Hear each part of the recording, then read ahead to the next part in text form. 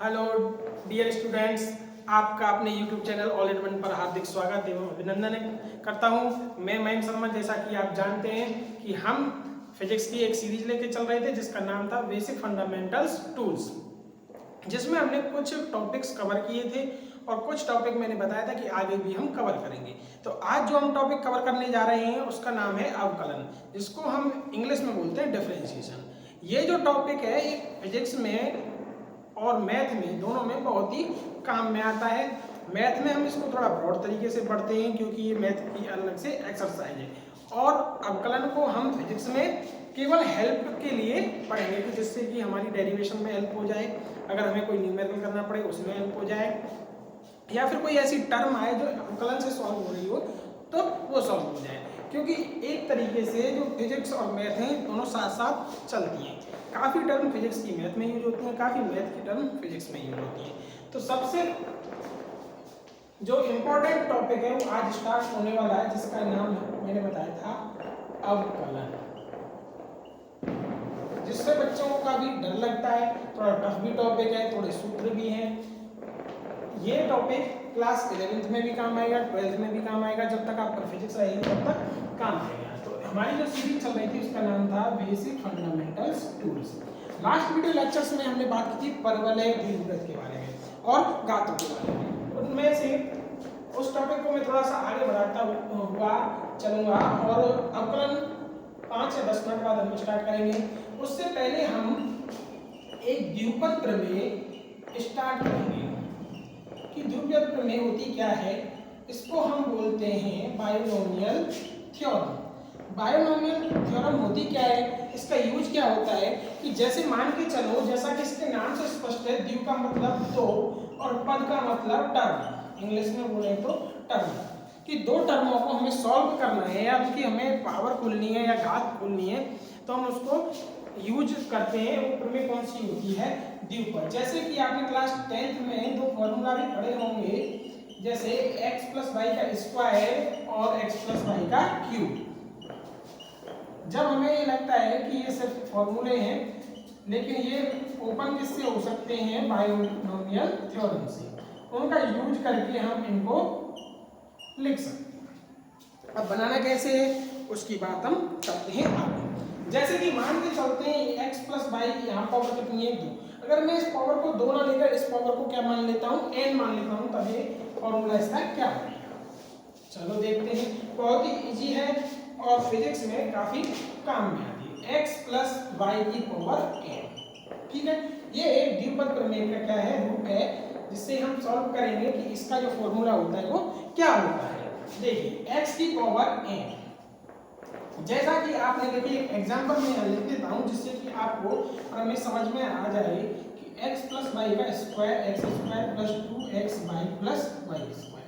इसमें होता क्या है कि देखिए सबसे पहले जो प्रथम पद है इसको फर्स्ट टर्म मानते हैं, इसकी पावर स्टार्टिंग में n है और बाद में धीरे धीरे कम हो जाती है, और जो दूसरा पद है उसकी धीरे धीरे पावर बढ़ती जाती है। मतलब पहले पद की जो पावर है वो घटती जाएगी धीरे धीरे हर टर्म में, और दूसरे जो पद है उसकी पावर क्या होगी, बढ़ती जाएगी। तो ऐसा ही फॉर्मूला है x की पावर n प्लस।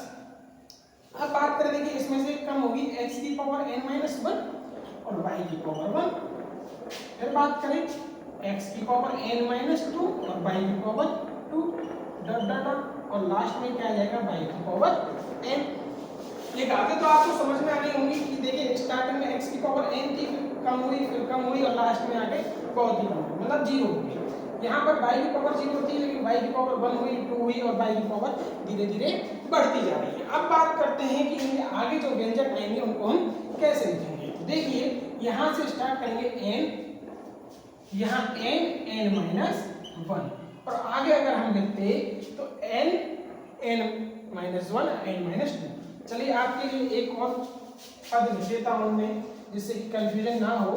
क्या लिखते हैं हम, n minus 1 n minus 2, x की पावर n माइनस 3 y की पावर 3, ठीक है।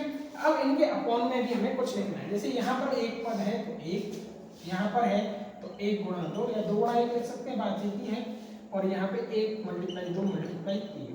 आगे जब हम इसको आगे बढ़ाएंगे तो लास्ट में मैंने क्या लिखा था कि y की पावर n, ये क्या होता है, द्विपद प्रमेय का क्या होता है, ये फॉर्मूला होता है, जिसको हम आगे देखिए यूज कर सकते हैं कैसे कि x प्लस वाई की पावर 3।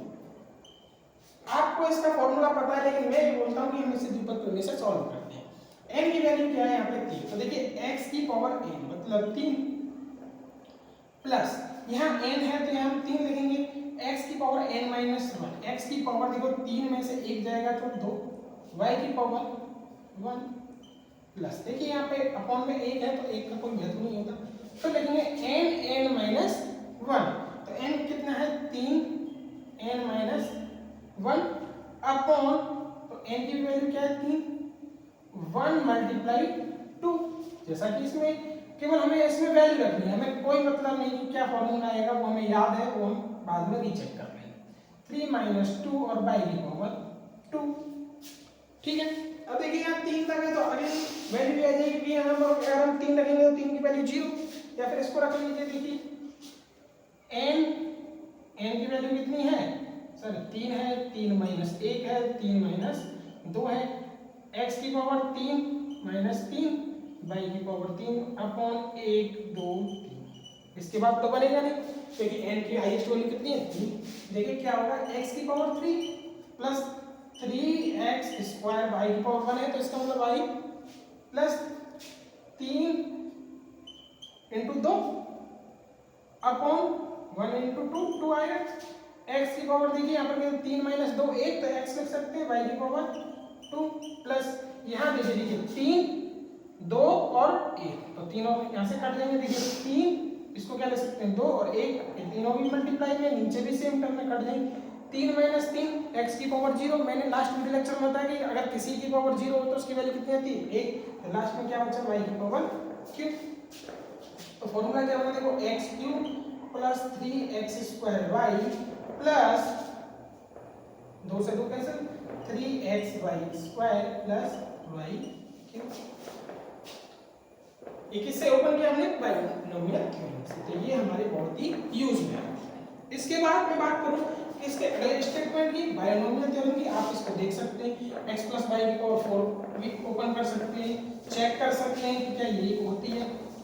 देखिए अब मैं बात करता हूं, अगर x की जगह 1 मान लूं और y की जगह मैं क्या मान लूं x मान लूं, ठीक है तो दो ही पद, तो देखिए 1 की पावर n मतलब 1 ही आएगा इस हिसाब से, प्लस n अपॉन 1 हटा देते हैं, 1 की पावर n माइनस 1, तो 1 की पावर कितनी की 1 ही आएगा, लेकिन y की पावर 1 है और y की जगह यहाँ क्या ले रखा है मैंने x, तो सॉरी x लिख देता हूँ मैं x प्लस n माइनस 1/2, तो ये टर्म आएगी n माइनस 1/2, एक और 2 आएगा, x की पावर वही 1 की पावर कितनी आएगी x की पावर 2, क्योंकि y की जगह क्या है x है, प्लस ऐसे ही हम आगे लिख सकते हैं, और लास्ट में क्या आएगी x की पावर 1, यहाँ भी रख सकते हैं हम, सेम आएगा, ठीक है। एक प्रश्न लिख देता हूँ मैं, क्योंकि कई बच्चों को कंफ्यूजन रहता है कि सर आगे कैसे लिखेंगे। देखिए n माइनस 1 n माइनस 2, या तो हम इसको 3 2 1 करके ले सकते हैं, देखो 3 का गुणा 2 से करेंगे तो 6, x नहीं लिखेंगे x क्यों लिख देंगे, और लास्ट में x की पावर 1 क्यों लिखेंगे x, क्योंकि यहाँ पे हमने y की जगह पर क्या है x। अब बात करते हैं कि सर ये हमको समझ में आ गया, फिर भी नहीं समझ में आया तो आप रिवाइज करके देख सकते हैं, बहुत ही इजी थ्योरम है, कोई प्रॉब्लम नहीं है। बात करते हैं कि सर अगर एक की वैल्यू क्या हो, अगर सर ज्यादा हो किससे x, ठीक है, कहने का मतलब कि एक बड़ा हो x से, मान के चलो कि x की कोई ऐसी वैल्यू हो 0.0003, 0.001, 0.002, तो ये वैल्यू क्या है 1 से बहुत ही कम है, मतलब इसको हम मान सकते हैं कि जीरो के पास में, तो क्या लिखते हैं तो 1 प्लस x की पावर n, तो क्या फॉर्मूला लिख देते हैं 1 प्लस nx, क्या लिख देते हैं 1 प्लस nx, सिंपल, क्योंकि जो उच्च घात होती हैं या हायर टर्म होती हैं, उच्च घातों को नगण्य मानने पर। सर दिमाग में क्वेश्चन तो आता है कि जब आप पढ़ते हो तो क्यूरियोसिटी तो जागती है कि सर ये जो हायर टर्म है आपने नगण्य क्यों मान ली। इसलिए मान ली बच्चों क्योंकि देखो x की पावर क्या है 2 और x की मैंने क्या बताया था कि वैल्यू 1 से कम हो, कहने का मतलब ऐसे होगा देखो 0.003, बस इतना ही मान लेता हूँ।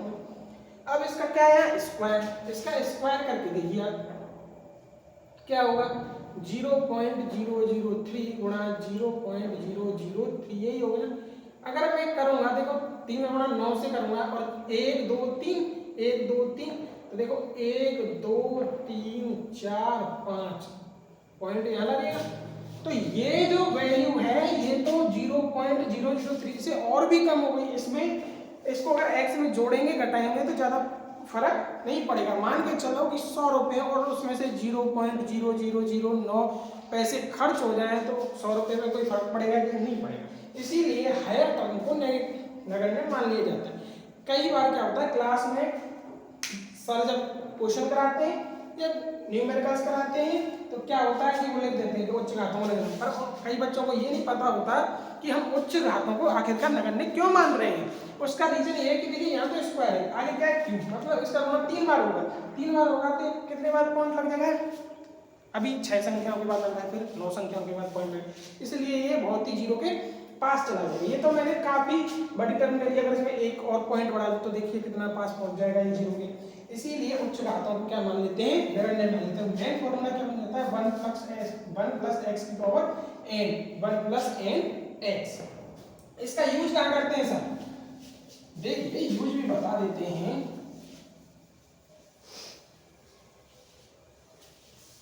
क्योंकि कोई भी चीज पढ़ते हैं तो उसका यूज तो कहीं होना चाहिए ना। मान के चलिए कि आपके पास लिखा है 1 प्लस 1.00004, एक जीरो कम कर लेता हूं, 4 का स्क्वायर करना है। आप क्या करना है स्क्वायर करना है। तो आप देख रहे हो स्क्वायर तो चलो आप कर भी लोगे, इसकी पावर 50 दे दी आपके लिए, तो सर ये कैसे सॉल्व करोगे। हम कौन सी प्रमेय के पास जाएंगे बाइनोमियल थ्योरम के पास जाएंगे। उसमें क्या होता है देखिए इसको कैसे लिख सकते हैं 1 प्लस 0.0004 की पावर 50। अब देखिए 1 क्योंकि ये तो बहुत करीब है 1 प्लस nx, n की 50 गुणा 0.0004 मल्टीप्लाई करेंगे तो क्या आएगा देखिए 1 प्लस, अब बहुत से बच्चों को गुणा करना नहीं आता, देखो 50 का गुणा 4 से करेंगे 200 आएगा, 200 आएगा 1 2 3 4, तो देखिए 0.0, ठीक है। अगर इसको हम जोड़ेंगे तो 1.0200 ये वैल्यू आएगी, ये आप उसमें चेक भी कर सकते हैं। तो देखिए ज्यादा प्रभाव नहीं पड़ा, सिंपली सॉल्व कर लिया। आप अगर सोचो इसका गुणा 50 बार करते जाते तो कितना लेंथी सवाल हो जाता, क्योंकि इसके आगे भी काफी जीरो हम लगा सकते हैं। इसलिए हम द्विपद प्रमेय का यूज करते हैं। 10th तक ऐसे सवाल नहीं आते, इसलिए 10th तक आपको नहीं पढ़ाई जाती। कुछ स्कूल्स में कोचिंग्स में बच्चों को बता भी देते हैं, लेकिन कंफ्यूजन ज्यादा होता है इसलिए बच्चों को नहीं बताते। लेकिन क्लास 11th में या फिर मैं ये बोलूँ फिजिक्स में बहुत काम आती है, इसलिए इसको मैंने बेसिक फंडामेंटल टूल्स में बता दिया। बेसिक फंडामेंटल टूल्स में वही चीजें बताई जाएंगी जो आपको फिजिक्स पढ़ने में हेल्प करेंगी। ऐसा नहीं है कि मैं ऐसी चीजें बता दूं जो आपके काम ना आए या फिर मैं बेफालतू में वीडियो को बड़ा करते जाऊं। अब हम जो स्टार्ट करने वाले हैं बहुत ही प्यारा सा टॉपिक है अवकलन, जो काफी बच्चों को समझ में नहीं आता है, आगे बहुत कंफ्यूजन करता है, टफ लगता है। इससे क्या है बहुत सी मेन चीजें शुरू होती हैं। तो आज हम जो स्टार्ट करेंगे वो करेंगे अवकलन, जिसको हम इंग्लिश में क्या बोलते हैं डिफरेंशिएशन, ठीक है, इसको हम बोलते हैं डिफरेंशिएशन। इसका जो जुड़वा भाई है वो है समाकलन, जो इसके बाद हम स्टार्ट करेंगे। इसको हम बोलते हैं इंग्लिश में इंटीग्रेशन, जो बहुत ही बच्चों को परेशान करता है और कई बार ऐसी जगह यूज होता है कि हमें समझ में नहीं आता कि ये टर्म कैसे आई है। वहां हम सिंपल लिख देते हैं अवकलन करने पर, समाकलन करने पर। आज से हम बात स्टार्ट करते हैं अवकलन की। एक्चुअल में अवकलन होता क्या है। देखिए अवकलन क्या होता है कि एक, अगर मैं शुद्ध देसी भाषा में बोलूँ, किसी बड़ी चीज़ से हमें बहुत ही छोटी चीज़ निकालनी है, किसी बड़ी चीज़ का बहुत छोटा सा हिस्सा देखना है या निकालना है, तो उसको हम बोलते हैं अवकलन करना। और अगर हमें उस छोटी सी चीज़ से बड़ी चीज़ बनानी है तो उसको हम बोलते हैं समाकलन करना।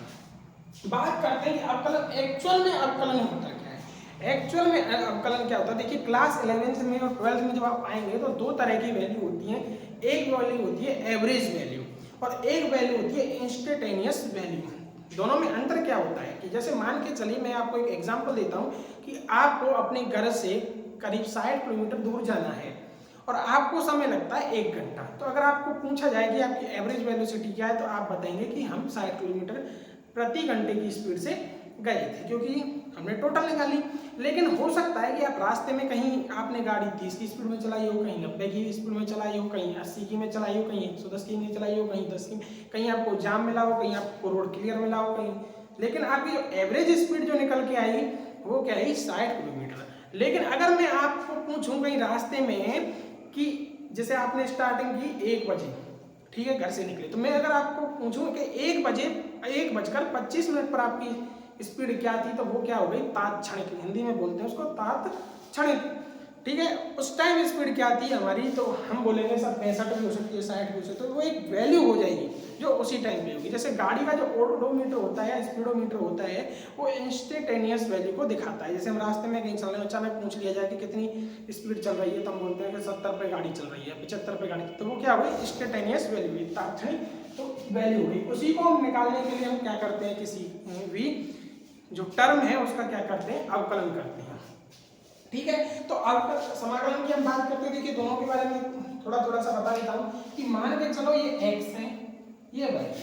अगर मैं x का अवकलन करता हूं, क्या करता हूं, अवकलन, और मुझे क्या मिलता है, y मिलता है। दो टर्म है, एक x है एक y। मैं x का अवकलन करता हूं, y मिलता है। अगर मुझे y का मैं समाकलन कर दूं तो क्या मिल जाएगा, x मिल जाएगा। कहने का मतलब ये दोनों एक दूसरे के क्या है, वाइस वर्सा है, विपरीत है, प्रतिलोम है, ठीक है। दोनों का जो चिन्ह होता है या फिर मैं बोलूं ऑपरेटर, वो दोनों का क्या होता है, अलग अलग होता है। तो बात करते हैं अवकलन और समाकलन के ऊपर। तो आज जो हम टॉपिक स्टार्ट करने वाले हैं वो है अवकलन। इसके कुछ रूल्स रेगुलेशंस होते हैं, वो पढ़ेंगे, और फिजिक्स में जितने काम आएंगे वही हम करते हैं। देखिए कोई भी चीज हो मैथ में, तो उसका कोई ना कोई ऑपरेटर होता है। ऑपरेटर का मतलब क्या होता है, जैसे देखिए समाकलन या अवकलन का ऑपरेटर, अवकलन का चिन्ह बोल सकता हूं मैं, क्या होता है, d/dx या फिर dy/dx, जिसको हम क्या बोलते हैं, dy/dx, मतलब अपॉन में। जैसे कि मान के चलो आप बोलते हो 5 × 6, 5 × 6, तो ये क्या है, मल्टीप्लाई क्या है, ये ऑपरेटर ही तो है। ये आपको क्या बता रहा है कि मुझे 5 का जो गुणा है, 5 का मल्टीप्लाई किससे करना है, 6 से करना है, 5 × 6 करना है। ये क्या है, ऑपरेटर। इन दोनों का मल्टीप्लाई करके हम क्या लिख देते हैं, 30। ऑपरेटर को लिखते हैं क्या कभी आपने ऐसा लिखा देखा है कि मल्टीप्लाई 30? नहीं लिखा, क्योंकि ये ऑपरेटर है, ये केवल ये बता रहा है कि इन दोनों का मल्टीप्लाई। जैसे 5 + 6, ये भी क्या है, ऑपरेटर है। 5 - 6, ये भी क्या है, ऑपरेटर है। 5/6, ये भी क्या, ऑपरेटर है। ये हमें बस ये बता रहे हैं कि हमें इनके बीच में क्या करना है। तो अवकलन का जो ऑपरेटर होता है वो क्या होता है, dy/dx होता है, जिससे हमें किसी, जैसे x की पावर n का, x का, a का, जिसको हमें ऑपरेट करना है, उसके सामने चिन्ह लगाते हैं। तो ये हमारा क्या हुआ, ऑपरेटर हुआ। ये बात आपको समझ में आई या नहीं है? ऐसा नहीं करना है कि d से हम d को कैंसिल कर दें। जिस भी व्यंजक के आगे या चर के आगे क्या लगा हो, d/dx लगा हो, तो इसका मतलब हमें उसका क्या करना है, अवकलन करना है। देखिए दो तरह की राशियां होती हैं हमारे पास, चर और अचर, ठीक है, चर और अचर। जब भी मैंने कई बार कई बच्चों से पूछा कि चर क्या होते हैं और अचर क्या होते हैं, तो उन्होंने एक ही जवाब दिया कि सर जो x, y, z, u, v, w जो ऐसे होते हैं वो चर होते हैं, और जो 1 2 3 4 5 6 होती हैं, मतलब जो संख्याएं होती हैं वो क्या होती हैं, अचर होती हैं, ठीक है। चलो ठीक है, पर कोई ना कोई तो इनकी डेफिनेशन होगी। इसीलिए मैंने बेसिक फंडामेंटल टूल्स चालू किए कि हमें इनकी डेफिनेशन भी पता होनी चाहिए। तो इनकी डेफिनेशन क्या होती है, देखो चर क्या होते हैं कि वे राशियां या फिर ऐसी राशियां जो परिवर्तनशील हो। क्या हो? परिवर्तनशील। और ये कैसी होती है? अपरिवर्तनशील। मेन डिफरेंस क्या होता है कि जो चर होते हैं वो परिवर्तनशील होते हैं, वो किसी ना किसी चीज पे डिपेंड होते हैं। जैसे कि चर है, अगर मान के चलो एक्स स्क्वायर है, तो वो किस पे डिपेंड कर रहा है? एक्स पे डिपेंड कर रहा है। एक्स की वैल्यू बढ़ेगी तो चर चेंज हो जाएगा, घटेगी तो चेंज हो जाएगा। एक्स की कोई भी वैल्यू चेंज होगी तो चर जो राशि है वो चेंज हो जाएगी। लेकिन अचर क्या होते हैं? कांस्टेंट होते हैं, जैसे 1 2 3 4 5 6। अगर मैं ये भी बोल दूं कि सी क्या है? अचर है, कांस्टेंट है, तो सी की वैल्यू फिक्स रहेगी। ठीक है, तो सबसे पहले ये दिमाग में जरूर क्लियर करना है कि चर राशि कौन सी है, अचर राशि। अब आप कभी भी डेफिनेशन बताएं तो ये नहीं बताएंगे कि सर एक्स वाई जेड क्या होते हैं, चर राशि होती हैं, और 1 2 3 4 क्या होती हैं, अचर राशि। चर राशि वे राशियां होती हैं जो परिवर्तनशील होती हैं, किसी पर डिपेंड करती हैं, उन्हें हम चर राशि कहते हैं। जो किसी पर डिपेंड नहीं करती उन्हें हम अचर राशि कहते हैं। ये बात हुई यहाँ पर। तो सर ये आपने क्यों बताई? इसलिए बताई क्योंकि हमें जो अवकलन है उनमें काम में इसके कुछ रूल्स हैं, या फिर आप रूल्स ना बोल के क्या बोल सकते हैं, इनको फॉर्मूला बोल सकते हैं। क्या बोल सकते हैं? फॉर्मूला बोल सकते हैं। इनमें कुछ फॉर्मूलाज हैं, वो क्या है कि डी ओवर डी एक्स। अगर मैं किसी अचर राशि में कुछ भी मान सकता हूँ, 1 2 3 4 5 ए सी कुछ भी मान सकता हूँ। अचर राशि को क्या बोलते हैं? कांस्टेंट नियता। अगर मैं किसी अचर राशि का अवकलन करता हूं तो उसका अवकलन सदैव क्या आता है? 0 आता है। अगर मैं किसी अचर राशि का अवकलन करता हूं तो उसका अवकलन क्या आता है? 0 आता है। तो फर्स्ट जो रूल है, जहां से हम स्टार्ट करते हैं आज अपना पढ़ना, तो फर्स्ट रूल या फॉर्मूला हम क्या पढ़ेंगे? किसी भी अचर राशि का अवकलन किया जाए, किसी भी चर राशि का अवकलन करें तो अचर राशि का जो अवकलन होता है वो क्या होता है? 0 होता है। सेकंड बात करें हम अब चर राशियों की, तो d ओवर डी एक्स की पावर n से हम स्टार्ट करते हैं। ये वेरी इंपॉर्टेंट फॉर्मूला है क्योंकि मोस्टली क्वेश्चंस इस पर ही आते हैं। x की पावर n का जो फॉर्मूला होता है, x की पावर n को कैसे सॉल्व करते हैं वो देखते हैं। देखिए n आगे आ जाएगा x n माइनस 1। इसको आप ब्रैकेट में बंद कर लेना, बहुत ही मोस्ट इंपॉर्टेंट है, काफी बार काम आएगा, बहुत दूर तक काम आएगा।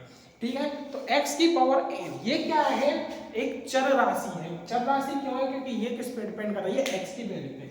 x की वैल्यू 1 रखूंगा 1 हो जाएगा, 2 रखूंगा 2 हो जाएगा, 4 रखूंगा 4, जो भी रखूंगा इसकी वैल्यू क्या हो जाएगी? चेंज हो जाएगी। अचर राशि है, कुछ भी रख लो चेंज नहीं होगी। तो चर राशि है, चर राशि में x की पावर n है, इसका अवकलन क्या होगा? nx n minus 1।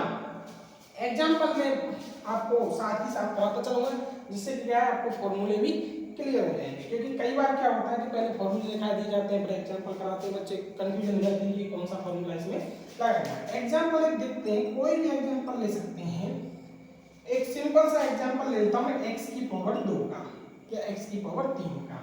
देखिए x n की वैल्यू यहाँ पे क्या है? 2 का। एक बात और मैं बता देता हूँ आपको, d ओवर dx इसको पढ़ते कैसे? यहाँ जो चर लिखा होता है x के सापेक्ष अवकलन करना, यहाँ y भी हो सकता है, t भी हो सकता है। यहाँ जो राशि दी होती है उसके सापेक्ष हम क्या करते हैं? अवकलन करते हैं। ठीक है, आगे बस। तो देखिए x स्क्वायर का x के सापेक्ष अवकलन करो। क्वेश्चन ये ऊपर का आपने लिख लिया होगा, पहला रूल्स। अब हमें क्या करना है? स्टार्टिंग करनी है इसकी। अब एक्स स्क्वायर का कैसे हम अवकलन करते हैं? देखिए D over D x square का क्या करना है? अवकलन। एन की जगह क्या है? 2 लिख दिया, एक्स 2 माइनस 1 तो क्या हुआ? 2x। एक रखेंगे तो एक का मतलब क्या होता है? 2x ही होता है। ये क्या हो गया? इसका फर्स्ट एग्जाम्पल हो गया। अब ऐसे में 4-5 एग्जाम्पल करा और आपको भी करने के लिए जरूर दूंगा, या फिर आप घर पे भी ये प्रैक्टिस कर सकते हैं। पहला क्वेश्चन है, डायरेक्ट लिख देता हूँ d ओवर dx 4, क्या होगा n की जगह क्या है 4 है, x है 4 माइनस 1, तो क्या हुआ 4x 3।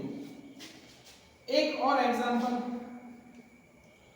d over dx x की पावर माइनस 5, इसका कैसे होगा? कोई बात नहीं सर, n की जगह क्या है -5 है, n की जगह -5 x -5 -1 आपको तो फॉर्मूले में रखना है। n की जो वैल्यू प्लस में तो प्लस में, माइनस में तो माइनस में। तो देखो -5 x की पावर -5 और 1 ये जुड़ जाएंगे दोनों -6। और मैंने आपको देखो इसीलिए घातों के नियम पढ़ाए थे कि अगर अंश से हर में जाए, हर से अंश में जाए तो क्या हो जाती है, चेंज हो जाता है। ऐसे भी लिख सकते हैं 5 ये अपॉन में जाएगी तो क्या हो जाएगी प्लस में। एक और क्वेश्चन बता दूंगा,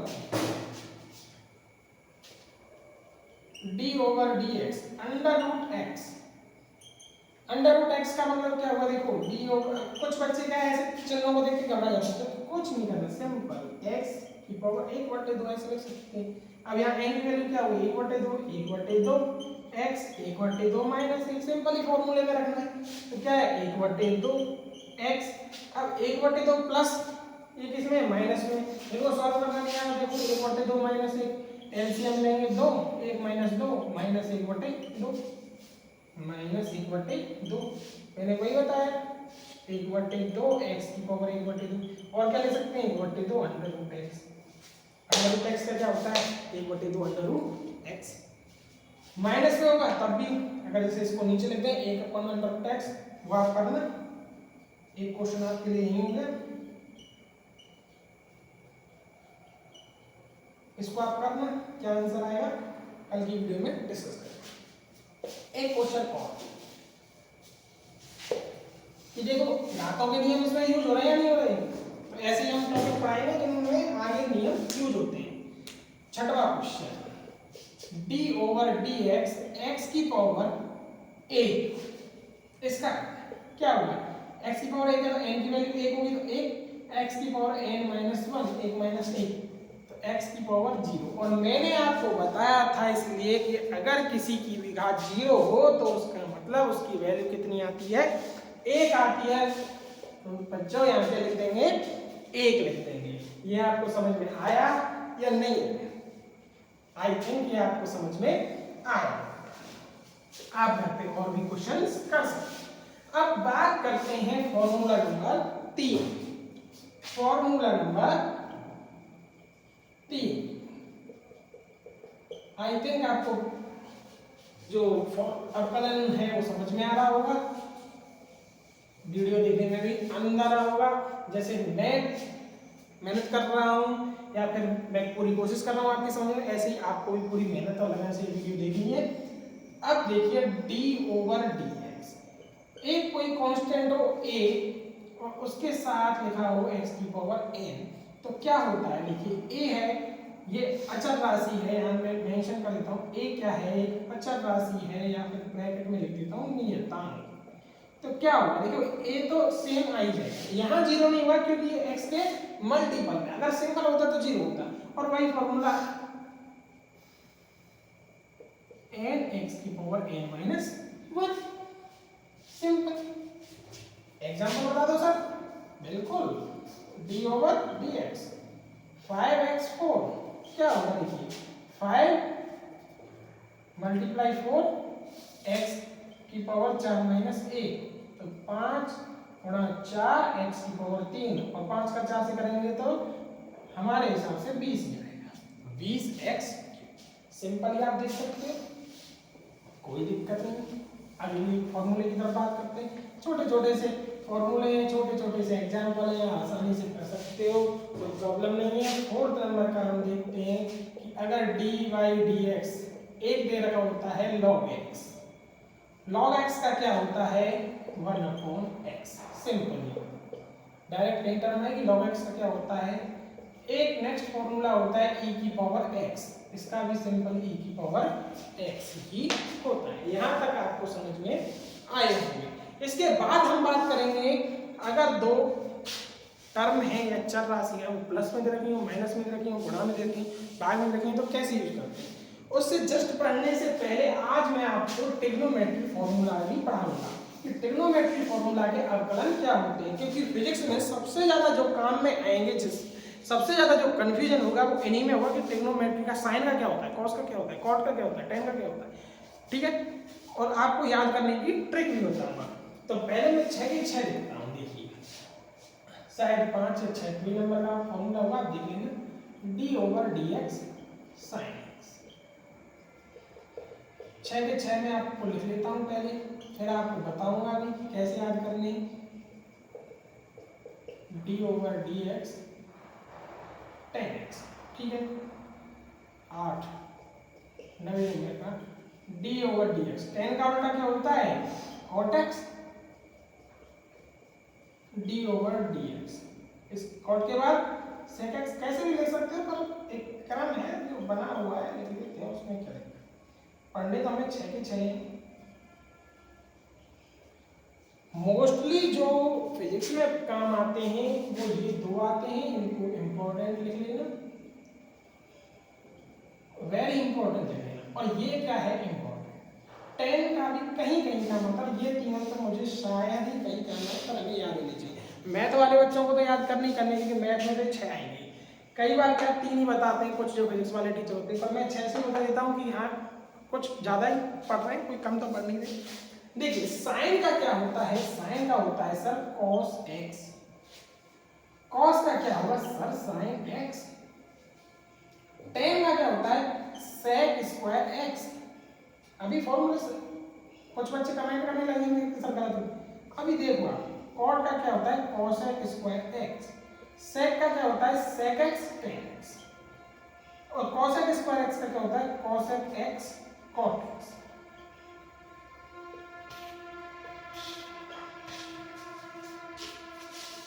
साइन का cos x, cos का माइनस sin x, tan का sec स्क्वायर x, cot का minus cosec square x, sec का sec x tan x, cosec x का माइनस cosec cot x।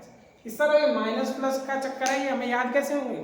दो ट्रिक है, कोई भी एक याद कर लेना। देखिए जो त्रिकोणमितीय फंक्शंस c से स्टार्ट होंगे, किससे स्टार्ट होंगे, c से, जैसे cos, cot और cos, cosec, तीनों c से स्टार्ट में, तीनों के जो अवकलन होंगे वो माइनस में आएंगे। पहली ट्रिक ये, या फिर ऐसे याद कर लेना कि जिसमें c नहीं आएगा, साइन में नहीं आ रहा, tan में नहीं आ रहा और sec में नहीं आ रहा, वो प्लस होंगे। कोई भी दो ट्रिक, या फिर जोड़ेंगे, लिख सकते हो कि जो ट्रिग्नोमेट्री फंक्शंस c से स्टार्ट होंगे उनके डिफरेंशिएशंस माइनस होंगे, माइनस में होंगे। ट्रिक है ये, इसको हम क्या बोल सकते हैं, ट्रिक बोल सकते हैं। मतलब याद कर लें, सिर्फ आई कंफ्यूजन। जो सी से स्टार्ट होंगे वो माइनस, मैंने तो ऐसे याद किया, या फिर जो सी से स्टार्ट नहीं होंगे वो प्लस में होंगे। सिंपल है, कोई लफड़े वाली बात नहीं है। और मेनली अगर हमें जो बायो के स्टूडेंट हैं उनको ये चार याद करने की जरूरत नहीं है, मेन ये दो याद कर लो, अपना काम इसी में चल जाएगा। फिजिक्स में मोस्टली ये काम आते हैं। और हो सकता है कि मैं समाकलन में जो बच्चे कंफ्यूजन नहीं हो, इन चारों को लिखाऊंगा नहीं, क्योंकि मैथ में मैथ वाले सब लिखाएंगे, इन दो से क्या होगा, काम अपना चल जाएगा। ठीक है, आप ये 6 फॉर्मूले याद जरूर कर लेना, क्योंकि अवकलन के तो सिंपल है, समाकलन के टाइम पे समाकलन की बात करिए। अब यहाँ तक कि आपको वीडियो कैसी लगी, आपको समझ में आया कि नहीं आया, दीपक में जो हमने स्टार्टिंग में की थी वो समझ में आई या नहीं आई। उसके बाद मैंने अवकलन स्टार्ट किया, अवकलन में मैंने विस्तारित रूप ना बता के जो हमारे केवल काम की चीज़ें जो हमारे फिजिक्स में काम आती हैं, फिजिक्स पढ़ने में हेल्प करती हैं, केवल वही बताइए। कई बच्चे ऐसे कमेंट ना करें कि सर आपने बहुत कम बताया। मैंने कम इसलिए बताया क्योंकि हमें जो इसको पढ़ने का उद्देश्य है वो ये है कि हमें फिजिक्स समझनी है, फिजिक्स के बेसिक क्लियर करने। हमें इस उद्देश्य से नहीं पढ़ना कि हमें मैथ भी पढ़नी है, मैथ भी सॉल्व करनी है। मैथ वाले सब मैथ में बताएंगे, वो काफ़ी ब्रॉड तरीके से अवकलन बताएंगे, समाकलन बताएंगे, काफ़ी फॉर्मूले बताएंगे, सॉल्व करवाएंगे, अलग अलग तरीके बताएंगे। हमें बस जितना काम फिजिक्स में आएगा उतना हमें पढ़ना है। नहीं तो ऐसे तो ये बेसिक फंडामेंटल टूल्स की सीरीज इतनी हो जाएगी कि आपका सिलेबस कभी स्टार्ट नहीं हो पाएगा। इसके बाद एक और टॉपिक बचेगा अपना समाकलन, वो कंप्लीट करते ही हम चैप्टर फर्स्ट मात्रक एवं मापन, मेजरमेंट एंड यूनिट्स, वो स्टार्ट करेंगे। उसमें डायमेंशन यूनिट पढ़ेंगे, 2 या 3 दिन में वो स्टार्ट हो जाएगा। ये अब तक की वीडियो कैसे समझ में आई या फिर नहीं आई, लाइक डिसलाइक जरूर करें, कमेंट करके बताएं। इससे आगे जो हम काम करेंगे वो करेंगे अवकलन में प्लस माइनस डिवाइडेशन मल्टीप्लिकेशन के रूल पढ़ाएंगे, उन पे कुछ एग्जांपल्स करेंगे उसके बाद लगभग हमारे अवकलन फिनिश हो जाएंगे। समाकलन भी बहुत छोटा सा टॉपिक है, क्योंकि हमें ज़्यादा ब्रॉड पढ़ना नहीं है। अगर हम पढ़ें तो काफ़ी बड़े बड़े टॉपिक हैं, काफ़ी फॉर्मूला है, लेकिन हमें केवल फिजिक्स के मतलब से पढ़ना है। तो समाकलन भी हमारा 1 या 2 दिन में या 1 या 2 वीडियो लेक्चर्स में हो जाएगा। हमारी जो ये सीरीज चलती आ रही है वो आपको कैसी लगी? जो बच्चे अभी जुड़ रहे हैं वो पुरानी सीरीज जरूर देखें। अगर उसमें कोई भी दिक्कत हो तो हमें कमेंट करके जरूर बताएं, क्योंकि मैं पर्सनली अपने कमेंट्स या फिर आपके कमेंट्स देखता हूँ। ये आपका अपना चैनल है, प्लीज़ सपोर्ट करें, सभी देखें। अगर आपको फिर भी कोई दिक्कत है तो मुझे कांटेक्ट कर सकते हैं, कमेंट में कोई भी क्वेश्चन पूछ सकते हैं, या अपना नंबर हमें सेंड कर सकते हैं। मैं पर्सनली उनको कॉल करके उनके सारे डाउट्स क्लियर करने की कोशिश करूँगा। धन्यवाद, good night, take care, tata, bye bye.